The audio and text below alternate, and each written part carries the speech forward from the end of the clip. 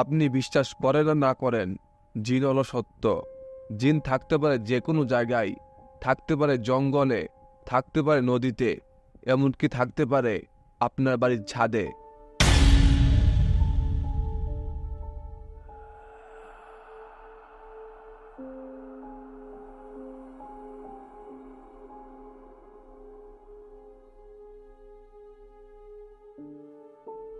সারাদিনের কাজে রাজীব আজ খুবই ক্লান্ত।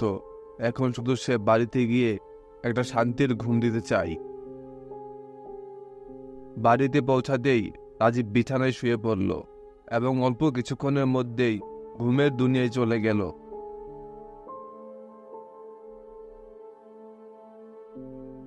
রাত তখন 1টা কি 1:30 বাজে। হঠাৎ করে রাজীবের ঘুমটা ভেঙে গেল। ঘুম ভাঙার কারণ হলো এখন রাজীবের বাথরুমে যাওয়া খুবই জরুরি। অলসতার কারণে রাজীবের ঘুম থেকে উঠতে ইচ্ছা করছিল না। তারপরও অলসতা ভেঙে সে বাথরুমের দিকে এগিয়ে গেল।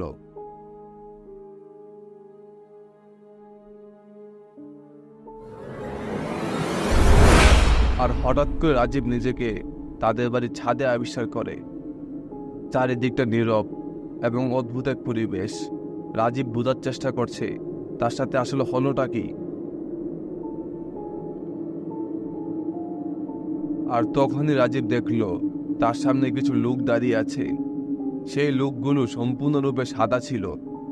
রাজীবের জন্য এটা এক অদ্ভুত পরিস্থিতি ছিল, যার ফলে সে দ্রুত ছাদের দরজার দিকে এগিয়ে যায়। ছাদের দরজার সামনে গিয়ে সে আরো অবাক হয়ে যায়, কারণ ছাদের দরজাটা অপর পাশ দিয়ে লাগানো ছিল। এ কেমন ঝামেলা! এখন রাজীব কি করবে কিছু বুঝতে পারতেছিল না। আর ঠিক তখনই রাজীব পিছনে তাকায় আর দেখে সেই লোকগুলো আর নেই। যাই হোক, রাজীবের যেহেতু আর করার কিছু ছিল না, সেই রাতটা রাজীব ছাদের মধ্যেই কাটায়।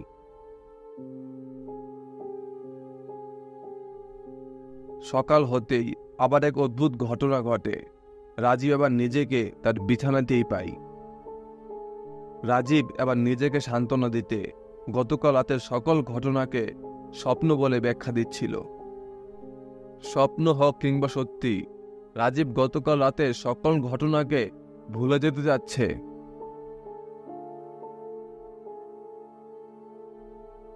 অফিসের সময় হতেই রাজীব অফিসে চলে গেল। অফিসে থাকাকালীন রাজীব গতকাল রাতের সকল ঘটনাকে প্রায় ভুলেই গিয়েছিল। দেখতে দেখতে রাত হয়ে যায় এবং রাজীব বাড়িতে ফিরে আসে। বাড়িতে এসেই বাড়ির ছোটখাটো কাজ শেষ করে রাজীব আবার বিছানায় শুয়ে পড়ে। রাত 1টা কি 1:30 বাজে। আবারও রাজীবের ঘুম ভেঙে যায়, কিন্তু এবার রাজীব ভয়ে আঁতকে ওঠে, কারণ তার আবারও বাথরুমে যাওয়া প্রয়োজন। কিন্তু রাজীব এবার বাথরুমে যেতে চাচ্ছিল না। কষ্ট করে হলেও সে নিজেকে সামলানোর চেষ্টা করছিল, কিন্তু শত কষ্টের পরও সে নিজেকে সামলাতে পারছিল না। এমন মনে হচ্ছিল কোনো অশুভ শক্তি তাকে বাথরুমের দিকে নিয়ে যাচ্ছে। ঠিক আগেরবারের মতোই রাজীব আবার নিজেকে ছাদে আবিষ্কার করে। আবারও সেই সাদা লোকগুলো ছাদে দাঁড়িয়েছিল, কিন্তু এবার তাদের সংখ্যা কিছুটা বৃদ্ধি পেয়েছিল। এ কেমন ঝামেলা! এর থেকে মুক্তির উপায় কি? এখন সে কি করবে? এই চিন্তাগুলোই রাজীবের মাথায় ঘুরপাক খাচ্ছিল। রাজীবের এখন ছাদে অবস্থান করা ছাড়া আর কোনো উপায় ছিল না, যার ফলে সেই রাত রাজীব ছাদের মধ্যেই কাটায়।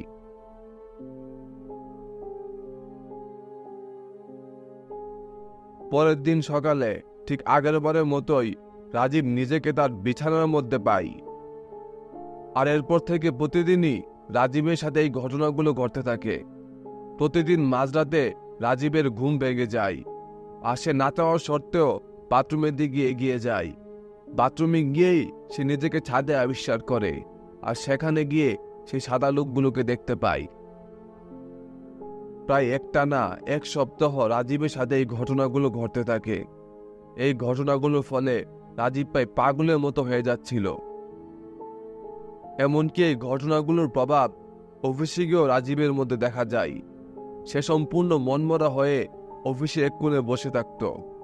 কোনো কাজে ঠিকমতো মনোযোগ দিতে পারছিল না রাজীব। আর এই বিষয়গুলোর উপর নজর পড়ে সাইফুলের। সাইফুল রাজীবের একজন ঘনিষ্ঠ বন্ধু।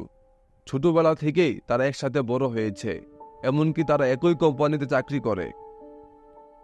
রাজীবের আচার আচরণ দেখে সাইফুল মনে করে হয়তো রাজীবের সাথে খারাপ কিছু হয়েছে, যার ফলে সে রাজীবের দিকে এগিয়ে যায় আর তার সাথে কথা বলতে থাকে।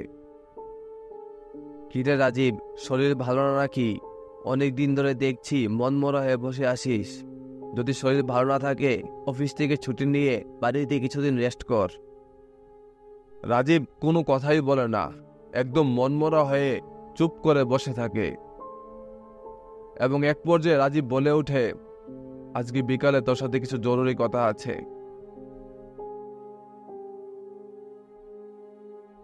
দেখতে দেখতে বিকাল হয়ে যায়, তাদের অফিসও বন্ধ করে দেই। তারা অফিস থেকে বাড়ি ফিরার পথে হাঁটতে হাঁটতে কথা বলতে থাকে। বন্ধু, জানি না বিশ্বাস করবি কিনা, কিন্তু কিছুদিন ধরেই আমার সাথে কিছু অদ্ভুত অদ্ভুত ঘটনা ঘটছে। তারপর রাজীব সাইফুলকে সকল ঘটনা খুলে বলে। সাইফুল সকল ঘটনা শুনে বলে, সত্য নাকি মিথ্যা জানি না, কিন্তু আমার কাছে একটা পরিকল্পনা আছে। আজ রাতে আমি তোর সাথে থাকবো আর দেখবো আসলে কি ঘটে। রাজীব তার কথাগুলো শুনে স্বস্তি পায়, কারণ সাইফুলের কথার মধ্যে যুক্তি আছে। সে আরো ভাবে হয়তো সাইফুল যদি আজ রাতে তার সাথে থাকে এই ঘটনাগুলো আর নাও ঘটতে পারে। রাত হতেই পরিকল্পনা মতো সাইফুল রাজীবের বাড়িতে আসে এবং রাজীবের বিছানার সামনেই একটা সোফাতে ঘুমানোর প্রস্তুতি নেই।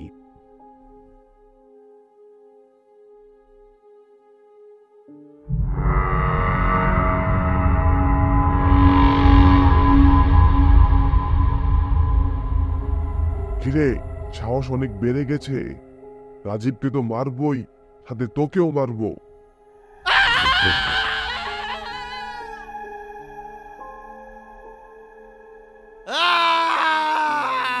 রাত 1:15। হঠাৎ করে একটা অদ্ভুত স্বপ্নে সাইফুলের ঘুম ভেঙে যায়। ঘুম ভাঙতে সাইফুল দেখে রাজীব তার বিছানাতে নেই। সাইফুল কোনো কিছু ব্যাখ্যা না করেই ডানে বামে না থেকেই সোজা ছাদের উদ্দেশ্যে দৌড় মারে।